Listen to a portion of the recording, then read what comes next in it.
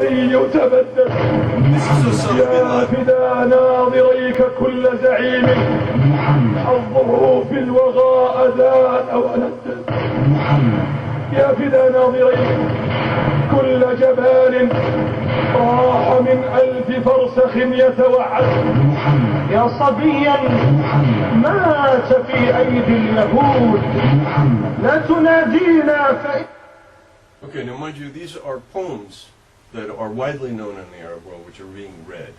And one of the themes is, it not only, aims to great hatred against the Israelis, but great hatred against the impotent Arab leaders who can do nothing to avenge unto us. So this story not only directed great hatred against the Israelis, but undermined any moderate forces within the Arab world. Anybody who wasn't willing to jump on the bandwagon of attacking the Israelis was immediately treated as a coward by this kind of material.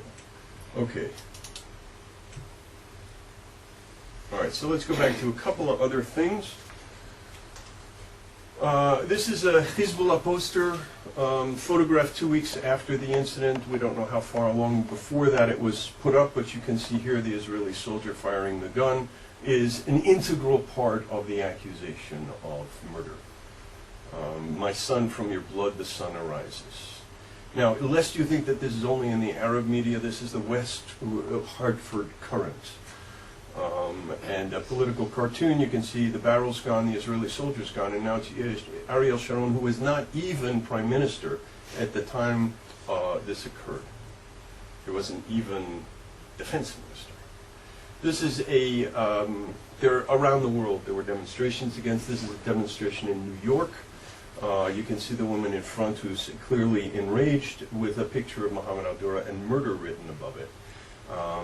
And then this is, for me, the most powerful symbolic event of the Al-Durah story. This is Place de la République, the 6th of October 2000. For the first time since the Holocaust, cries of death to the Jews were heard, shouted out in the streets of Europe. And here we have a banner which has a Jewish star, a swastika, and then over here this is the father and the son behind the barrel. And here it says they also kill children. And what I want to argue is that Mohammed Al-Durah is the image that ushered into the mainstream discourse something that had previously been only, stuff that Black Panthers and Red Brigade would say, which is to compare the Israelis with Nazis.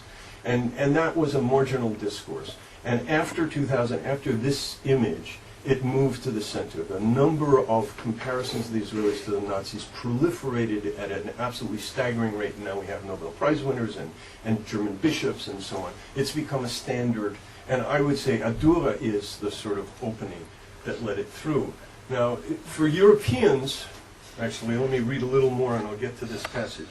But the symbolic potency, well, all right, so beyond the Arab-Israeli conflict, within months, Osama Bin-Laden has given its place a central tale in his recruiting video for global jihad. Mali in sub-Saharan Africa has a huge stone monument with a reproduction of the father and son right in the nation's central square, the capital in the central square. For Muslims, he signaled the final revelation, the apocalypse of Israel's true nature, malevolent, merciless, murderous. And he, Al-Durah, awakened an atavistic and toxic mix of genocidal anti-Semitism, paranoid conspiracy theory, and apocalyptic violence. Nor did this icon of hatred lose much momentum as it entered the Western sphere. While some circles, I'm going to skip this, most people believed Talal's narrative, as affirmed by France too, the Israelis targeted and killed the boy, as a tale of murder pure and simple, as one European professor said to me at a recent conference in Budapest. This story resonated in Europe and the West with a completely different but equally potent issue, the Holocaust. Al-Durah, the blood libel, the icon of hatred, the symbol of the murder of children, which Israelis do every day, as this European intellectual continued in his criticizing me for saying Al-Durah was a blood libel, freed Europe from Holocaust guilt. I call it the get out of Holocaust guilt free card. As my recent European interlocutor continued, as one prominent French news analyst here you see noted, the death of Mohammed erased, replaced the icon of the Holocaust. Okay. Indeed, the comparison of Israel with the Nazis, long a marginal trope of extreme left, moved rapidly to the center of public discourse under the aegis of this icon. So my answer to that professor of communications, a couple other things. Here's a really interesting, this is a demonstration in Paris. Top Jewish Hitlerian terrorism, Star of David equals swastika. 1 Palestinian dead is equal to 1,000 inhuman Jews dead. Now, I mean, this is sort of like, I mean, I love the ability of the Arab world to maintain utterly contradictory statements in their minds at the same time. It's sort of like saying the Holocaust never happened and the Jews are behaving like the Nazis. So here's this woman who's saying the Jews are the Nazis, and then comes up with this: for every 1 Palestinian dead, we need 1,000 inhuman Jews dead. So, okay, this passed. I mean, nobody's criticizing this kind of a discourse, or certainly having trouble getting it out. This is Durban.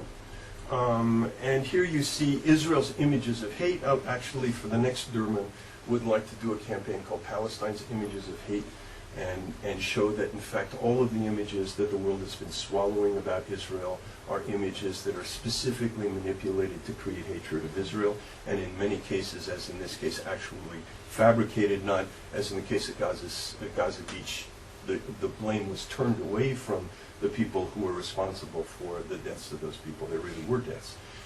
The other thing to note here is down here you see this guy with the keffiyeh. That is Mohammed Al-Durah's body in effigy that was carried through the streets at the head of these huge demonstrations against Israel. Jamal was brought, the father was brought there by Yasser Arafat in his private jet. He gave lots of talks. He talked about how terrible the Israelis are. I call Mohammed Al-Durah the patron saint of Durban, and Durban is the climax of a distortion of human rights, a discourse that casts its pall over the rest of the 21st century. Okay, so let me finish.